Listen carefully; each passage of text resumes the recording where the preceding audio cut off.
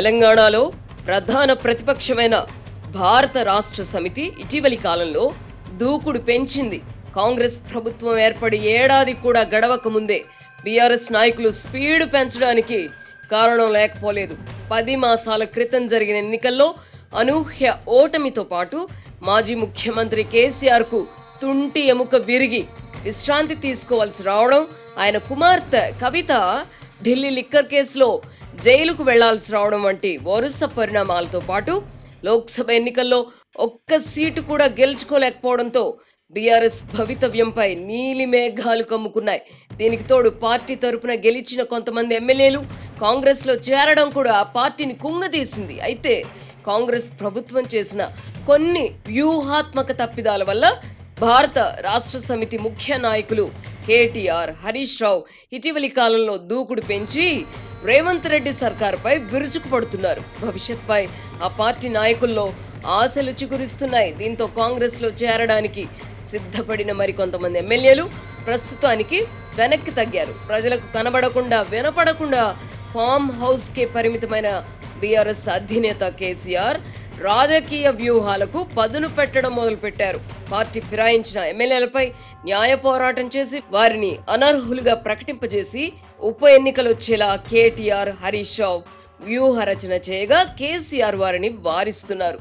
క్షేత్రస్థాయిలో పరిస్థితులు బీఆర్ఎస్ కు అనుకూలంగా మారడానికి మరికొంత సమయం పడుతుంది కనుక ఇప్పటికిప్పుడు ఎన్నికలు జరిగితే కాంగ్రెస్ పార్టీయే మళ్లీ గెలుస్తుందని కేసీఆర్ అభిప్రాయపడుతున్నట్టు తెలిసింది. ఈ కారణంగా ఎమ్మెల్యేలను అనర్హులుగా ప్రకటింపజేయడంలో తొందరపడవద్దని, న్యాయస్థానంలో వెంటనే తీర్పు రాకుండా కొంత సమయం తీసుకోవాలని కేసీఆర్ సూచించినట్టు చెబుతున్నారు.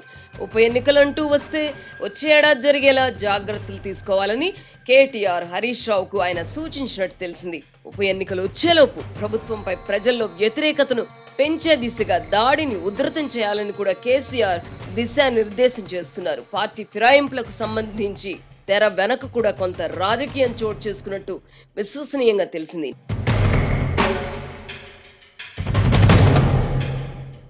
నిజానికి భారత రాష్ట్ర సమితి ఇంత త్వరగా కోలుకుంటుందని ఎవ్వరూ ఊహించలేదు. లోక్సభ ఎన్నికల వరకు జోరు మీదున్న భారతీయ జనతా పార్టీ ప్రస్తుతం ఎందుకో నెమ్మదించింది. రాష్ట్రం నుంచి కిషన్ రెడ్డి, బండి సంజయ్ కేంద్ర మంత్రులుగా ఉన్నప్పటికీ ఆ పార్టీ కార్యక్రమాలు మందగించాయి. పార్టీ అధ్యక్షుడి మార్పు విషయమై కూడా బీజేపీ అధినాయకత్వం నిర్ణయం తీసుకోలేకపోతున్నది. దీంతో రాష్ట్రంలో ప్రధాన ప్రతిపక్షంగా ఎదగాలని భావించిన బీజేపీ ఇప్పుడు వెనకబడింది. అదే సమయంలో భారత రాష్ట్ర సమితి స్పీడ్ పెంచింది.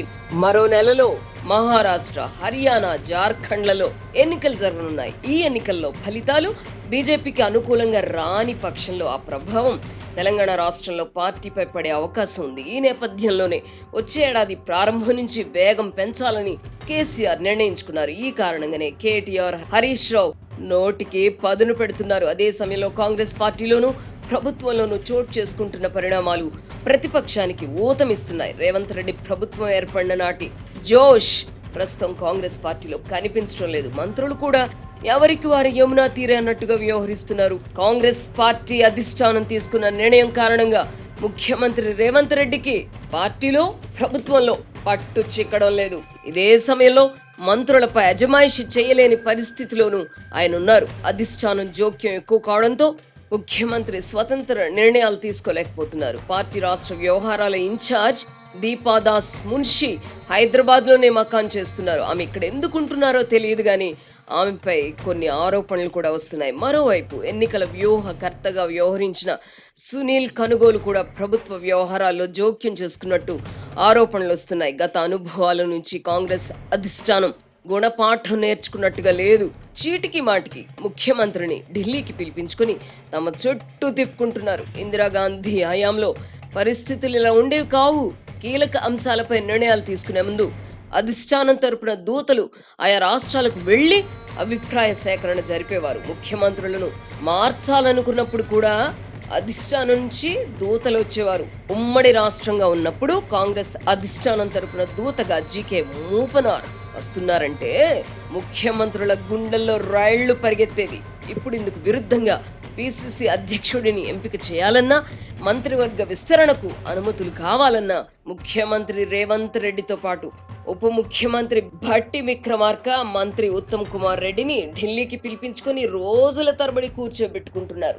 దీంతో 1983కి ముందు పరిస్థితులు పునరావృతమవుతున్నాయన్న భావన ప్రజల్లో ఏర్పడుతోంది. కాంగ్రెస్ అధిష్టానం జోక్యం పెరిగిపోవడం వల్లనే 1982లో ఎన్టీఆర్ తెలుగువాడి ఆత్మ గౌరవం అన్న నినాదం అందుకొని తెలుగుదేశం పార్టీని ప్రారంభించారు.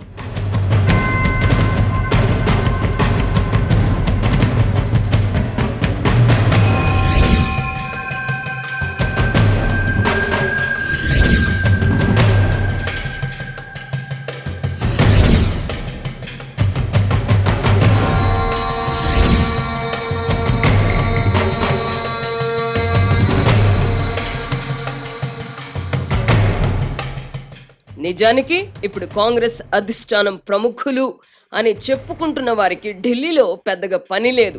కర్ణాటక, తెలంగాణ, హిమాచల్ ప్రదేశ్ మినహా మరే రాష్ట్రంలోనూ పార్టీ అధికారంలో లేదు. అలాంటప్పుడు ఢిల్లీలో కూర్చొని ముఖ్యమంత్రులను పిలిపించుకునే బదులు ఆయా రాష్ట్రాలకు వారే వెళ్ళవచ్చు కదా అన్న అభిప్రాయం ఉంది. ఉమ్మడి రాష్ట్రంలో వైఎస్ రాజశేఖర్ రెడ్డి ముఖ్యమంత్రిగా ఉన్నప్పుడు కాంగ్రెస్ అధిష్టానం ఆయనకు పూర్తి స్వేచ్ఛనిచ్చింది. ఫలితంగా అప్పట్లో అసంతృప్త స్వరాలు వినిపించేవి కావు. పార్టీ పైన, ప్రభుత్వం పైన రాజశేఖర్ రెడ్డికి పూర్తి పట్టుండేది. కేంద్రంలో అధికారంలో ఉండి కూడా కాంగ్రెస్ అధిష్టానం రాజశేఖర్ రెడ్డికి పూర్తి స్వేచ్ఛ ఇచ్చింది. ఇప్పుడు ఢిల్లీలో కాంగ్రెస్ పార్టీ బలహీనంగా ఉంది. అయినా రాష్ట్ర నాయకుల రెక్కల కష్టంతో ఏ రాష్ట్రంలోనైనా అధికారంలోకి వస్తే ఆ ప్రభుత్వంపై ఢిల్లీ పెద్దలు పెత్తనం చేయాలనుకుంటున్నారు. ఈ కారణంగా భవిష్యత్తులో తెలంగాణలో కాంగ్రెస్ బలహీన పడితే అందుకు పార్టీ అధిష్టానం కూడా బాధ్యత తీసుకోవాల్సి ఉంటుంది. మంత్రులకు తమ శాఖల వ్యవహారాల్లో స్వేచ్ఛ ఉండాలి, కానీ అది అపరిమితం కాకూడదు. మంత్రులకు కేటాయించిన శాఖలకు సంబంధించిన అంశాలలో ముఖ్యమంత్రి జోక్యం చేసుకోలేని పరిస్థితి కల్పిస్తే ఎలా? కేసీఆర్ హయాంలో మంత్రులకు స్వేచ్ఛ ఉండేది కాదు అన్న విమర్శ ఉన్నప్పటికీ ఇతర మంత్రిత్వ శాఖలపై అజమాయిషీ చేసే అధికారం ముఖ్యమంత్రికి లేకుండా చేయడం ఏమిటి?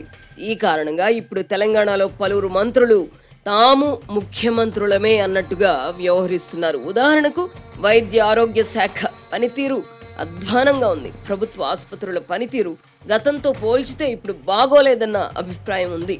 అలాగే విద్యుత్ శాఖ పనితీరుపై కూడా ప్రజల్లో అసంతృప్తి నెలకొంటోంది. అయినా ఆయా శాఖల పనితీరును సమీక్షించి మెరుగుపరిచే స్వేచ్ఛ ముఖ్యమంత్రికి లేని పరిస్థితి. దీనికి తోడు ముఖ్యమంత్రి రేవంత్ రెడ్డి కూడా కొన్ని సందర్భాలలో తొందరపాటు నిర్ణయాలు తీసుకుంటున్నారు. ప్రజలను దృష్టిలో ఉంచుకుని మాత్రమే ప్రభుత్వాలు నిర్ణయాలు తీసుకోవాలి. వ్యక్తులను దృష్టిలో పెట్టుకుని నిర్ణయాలు తీసుకుంటే రాజకీయంగా నష్టమే జరుగుతుంది.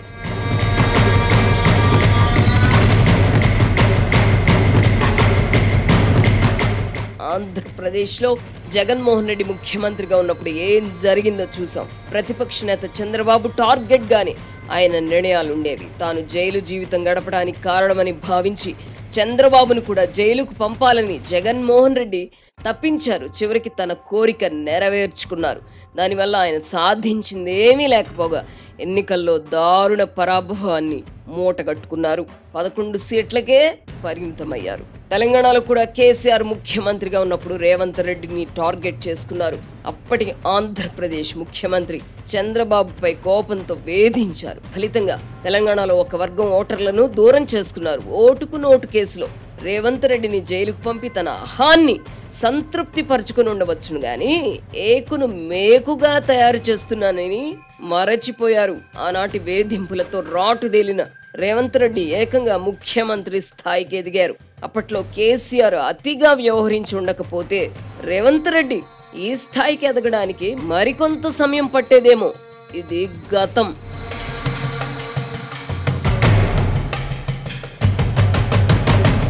ఇప్పుడు ముఖ్యమంత్రిగా ఉన్న రేవంత్ రెడ్డి కూడా గత చేదు అనుభవాలను మర్చిపోలేకపోతున్నారు. ఫలితంగా కేసీఆర్, కేటీఆర్, హరీష్ రావులను దృష్టిలో పెట్టుకునే వ్యవహరిస్తున్నారు. తెలంగాణ సమాజంలో కేసీఆర్ కుటుంబం ప్రభావం లేకుండా చేయాలని చూసిన సందర్భాలను చూసాం.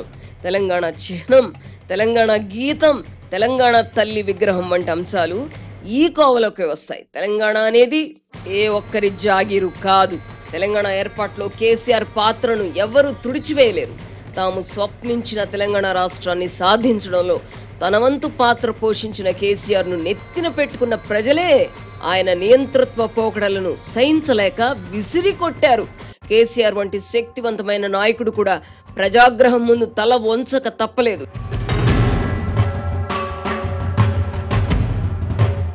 ఈ నేపథ్యంలో ముఖ్యమంత్రి రేవంత్ రెడ్డి ప్రభుత్వాన్ని నడపడంలో కొన్ని జాగ్రత్తలు తీసుకోవాలి. ప్రతిపక్షంలో ఉన్నప్పుడు వాడిన భాషను ముఖ్యమంత్రిగా కూడా వాడితే ప్రజలు హర్షించరు. నాయకుడిగా వాడిన భాషనే ముఖ్యమంత్రిగా కూడా కేసీఆర్ వాడారు. చివరకు బావుకున్నదేమీ లేదు.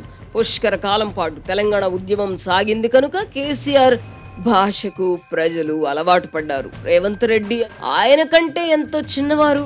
ఈ కారణంగా కేసీఆర్ భాషను ముఖ్యమంత్రిగా రేవంత్ రెడ్డి వాడకూడదు. ముఖ్యమంత్రి అంటే హుందాతనం ఉండాలి. రాజశేఖర్ రెడ్డి మర్రి చెట్టులా విస్తరించడంతో తెలంగాణలో కాంగ్రెస్ కు బలమైన నాయకులు లేకుండా పోయారు. ఫలితంగానే ఎవరికి వారు తామెందుకు ముఖ్యమంత్రి కాకూడదని 2014 నుంచి పోటీ పడుతూ వచ్చారు. చివరికి ప్రతిపక్షంలో ఉన్నప్పుడు రేవంత్ రెడ్డి ప్రదర్శించిన దూకుడు ఆయనకు కలిసొచ్చింది. ప్రజలు ఆయనలో కేసీఆర్ కు ప్రత్యామ్నాయ నాయకుడిని చూసుకున్నారు. అప్పుడున్న పరిస్థితుల్లో రేవంత్ రెడ్డికి మాత్రమే ప్రజల్లో ఆదరణ ఉంది. ఎన్నికల సమయంలో పార్టీని ముందుకు నడిపించడంలో కూడా ఆయన తన సమర్థతను రుజువు చేసుకున్నారు. రేవంత్ రెడ్డిలోని టాలెంట్ ను గుర్తించిన రాహుల్ గాంధీ ఆయనకు కొండంత అండగా ఉంటున్నారు. అయితే ప్రతిపక్షంలో ప్రదర్శించిన దూకుడు ప్రభుత్వాధినేతకు తగదని ముఖ్యమంత్రి తెలుసుకోవాలి.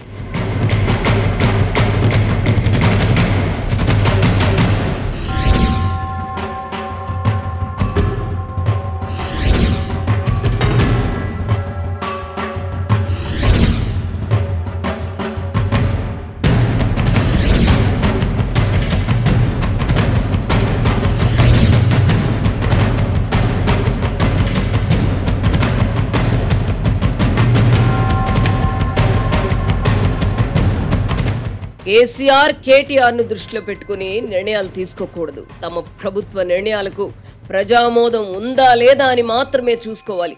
కాళేశ్వరం ప్రాజెక్టు విషయంలో మాజీ ముఖ్యమంత్రి కేసీఆర్ ను ఇరికించే అవకాశం రేవంత్ రెడ్డికి ఉంది.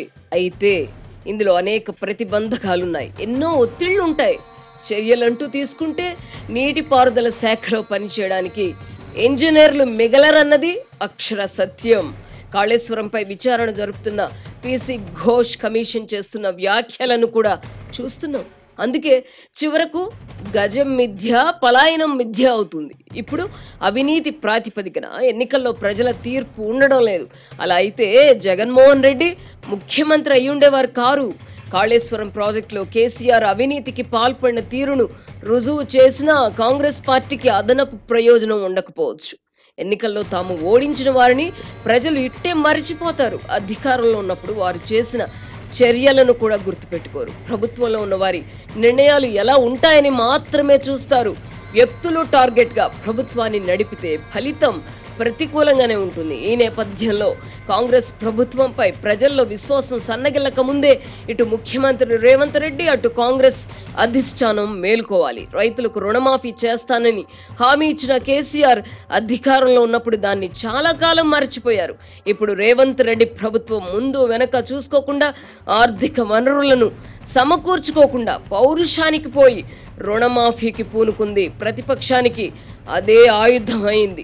అధికారంలోకి రావడానికి ఎన్నికల సందర్భంగా రాజకీయ పార్టీలు ఎన్నో హామీలు ఇవ్వడం పరిపాటైంది. ప్రజలు కూడా అవన్నీ అమలవుతాయని ఆశించడం లేదు. మొత్తంగా ప్రభుత్వ పనితీరు సంతృప్తికరంగా ఉందా లేదా అని మాత్రమే చూస్తారు. ప్రభుత్వాధినేతగా రేవంత్ రెడ్డి ఆచితూచి నిర్ణయాలు తీసుకోవడం అలవర్చుకోవాలి. చెరువులు, జలాశయాల పరిరక్షణ అవసరమే, అంత మాత్రాన ఈ విషయంలో దూకుడు తగదు. ఆక్రమణల పేరిట వేలాది ఇళ్లు కూల్చడం ప్రజల్లో వ్యతిరేకతకు దారితీస్తుంది. హైడ్రా చర్యల వల్ల ఏ పాపం తెలియని వాళ్ళు నిరాశ్రయులవుతున్నారు. ఫామ్ హౌస్లను, అతిథి గృహాలను నిబంధనలను అతిక్రమించి నిర్మిస్తే కూల్చినా పర్వాలేదు గాని అన్ని అనుమతులతో పేదలు, మధ్యతరగతి వారు నిర్మించుకున్న వాటిని, దశాబ్దాల క్రితం నిర్మించుకున్న వాటిని తొలగించాలనుకోవడం మంచిది కాదు. ప్రభుత్వ స్థలాలు, చెరువు శిఖంలను ఆక్రమించడం పరిపాటిగా మారింది. రాజకీయ పార్టీలు ఈ చర్యలను ఇప్పటి వరకు ప్రోత్సహించాయి. మూసీ ప్రాజెక్టును అభివృద్ధి చేయాలనుకోవడం తప్పు కాదు, గాని దశాబ్దాలుగా మూసీలో ఆక్రమణలు జరిగాయి. వేలాది మంది ఇళ్లను నిర్మించుకున్నారు. నిజానికి ఈ ప్రాజెక్టును ప్రజలు కోరుకోలేదు. ఫామ్ హౌస్ల కూల్చివేతలు జరిగినప్పుడు ప్రజల్లో సానుకూల స్పందన ఏర్పడింది. అయితే హైడ్రా దూకుడు పెంచి సామాన్య ప్రజలు నిర్మించుకున్న ఇళ్లను కూడా కూల్చివేయడం ప్రారంభించగానే ప్రజల్లో వ్యతిరేకత మొదలైంది. చెరువులు, జలాశయాల FTL బఫర్ జోన్లను ముందుగా నిర్ణయించకుండా ఇతర శాఖల అనుమతులతో నిర్మించుకున్న ఇళ్లను కూల్చడం సమర్థనీయం కాదు. ఇది అంతిమంగా ప్రజల్లో వ్యతిరేకతకు దారితీస్తుంది. తాజాగా బుచ్చమ్మ అనే మహిళ కూల్చివేతలకు భయపడి ఆత్మహత్య చేసుకుంది. మరోవైపు మూసీ నది ప్రక్షాళన పేరుతో జనావాసాలను ఖాళీ చేయించడంపై కూడా ప్రజల్లో ఆగ్రహావేశాలు నెలకొన్నాయి. ముఖ్యమంత్రి రేవంత్ రెడ్డి తక్షణం ఈ అంశంపై దృష్టిని కేంద్రీకరించాలి. కూల్చివేతలకు తాత్కాలికంగా విరామం ప్రకటించాలి. మొత్తం పరిస్థితిని సమీక్షించాలి. 2 రోజుల క్రితం సంగారెడ్డి వద్ద ఎవరో చెరువులో 4 అంతస్తుల భవనం నిర్మించుకున్నారు. అలాంటి వాటిని కూల్చినా ఎవ్వరూ పట్టించుకోరు. మూసీ నది విషయమే తీసుకుందాం. అక్కడ ఆక్రమణలు జరగడానికి గత ప్రభుత్వాలే కారణం. సంబంధిత అధికారులు పట్టించుకోలేదు. రాజకీయ పార్టీలు ఒత్తిళ్లు తెచ్చి ఆక్రమణలకు పాల్పడి నిర్మించుకున్న కాలనీలకు ఆయా శాఖల అధికారులతో నీరు, విద్యుత్ వంటి సౌకర్యాలను సమకూర్చారు. ఓట్ల కోసం ఖాళీ స్థలాలను ఆక్రమింపజేయడం మన రాజకీయ పార్టీలకు అలవాటుగా మారింది. ఇలా ఆక్రమిత ప్రాంతాల్లో నిర్మితమైన ఇళ్లు చేతులు మారాయి. ఇప్పుడు డబ్బు పెట్టి వాటిని కొనుగోలు చేసిన వాళ్ళు లాభోదిబోమనడం సహజం. కూల్చివేతలపై ప్రజల్లో వ్యతిరేకత బలపడక ముందే ప్రభుత్వం మేల్కోవాలి. తమది నిర్మాణాత్మక ప్రభుత్వం అయితే రేవంత్ రెడ్డిది కూల్చివేతల ప్రభుత్వం అని బీఆర్ఎస్ నాయకుడు కేటీఆర్ చేసిన విమర్శ ప్రజల్లోకి వ్యాపించక ముందే ప్రభుత్వం జాగ్రత్తలు తీసుకోవాలి. కూల్చివేతలే ప్రభుత్వ ఎజెండా అయితే ప్రతిపక్షానికి బలమైన ఆయుధం ఇచ్చినట్టు అవుతుంది. తెలంగాణలో కూల్చివేతలు మాత్రమే జరుగుతున్నాయని ప్రజల్లో అభిప్రాయం ఏర్పడితే రేవంత్ రెడ్డి ప్రభుత్వం తగిన మూల్యం చెల్లించుకోవాల్సి వస్తుంది. ఈ నేపథ్యంలో ప్రభుత్వం తలపెట్టిన మూసీ ప్రాజెక్టును తాత్కాలికంగా పక్కన పెట్టడం వాంఛనీయం. లేడికి లేచిందే పరుగన్నట్టుగా ఏది ఉండకూడదు. ఆక్రమణలకు పాల్పడిన వారిని ముందుగా గుర్తించి వారిపై చర్యలు తీసుకోవాలి. ఆక్రమణలకు పాల్పడి ఇళ్లు నిర్మించి విక్రయించిన వారి నుంచి జరిమానా వసూలు చేసి బాధితులకు నష్టపరిహారం చెల్లించడం వంటి చర్యలపై దృష్టి పెట్టాలి. ఎవరో చేసిన నేరాలకు మరెవరినో శిక్షించడం సమంజసం, సమర్థనీయం కాదు కదా. ఆక్రమణైనా మరేదైనా ప్రజలతో ముడిపడి ఉన్న సందర్భాలలో ప్రభుత్వం సంయమనంతో వ్యవహరించాలి. వ్యక్తులు వేరు, ప్రజా సమస్యలు వేరు. ఏళ్ల తరబడి ప్రభుత్వాలు పట్టించుకోకపోవడం వల్ల ఆక్రమణ అనేది హక్కుగా ప్రజలు భావించే పరిస్థితి ఏర్పడింది. ఏదేమైనా కూల్చివేతలపై ప్రజాభిప్రాయం ఎలా ఉందో తెలుసుకునే ప్రయత్నం ఇప్పుడు జరగాలి. హైడ్రా చర్యలను తొలుత ఆక్షేపించని ప్రతిపక్షాలు ఇప్పుడు ఎందుకు స్వరం పెంచుతున్నాయో తెలుసుకునే ప్రయత్నం రేవంత్ రెడ్డి ప్రభుత్వం చేయాలి. రేవంత్ రెడ్డి ప్రభుత్వం అంటే కూల్చివేతల ప్రభుత్వం అనే పేరు తెచ్చుకోవద్దు. హెచ్చరికలతో కూడిన ఈ సూచనలను ముఖ్యమంత్రి రేవంత్ రెడ్డి పట్టించుకుంటారో లేదో వేచి చూద్దాం.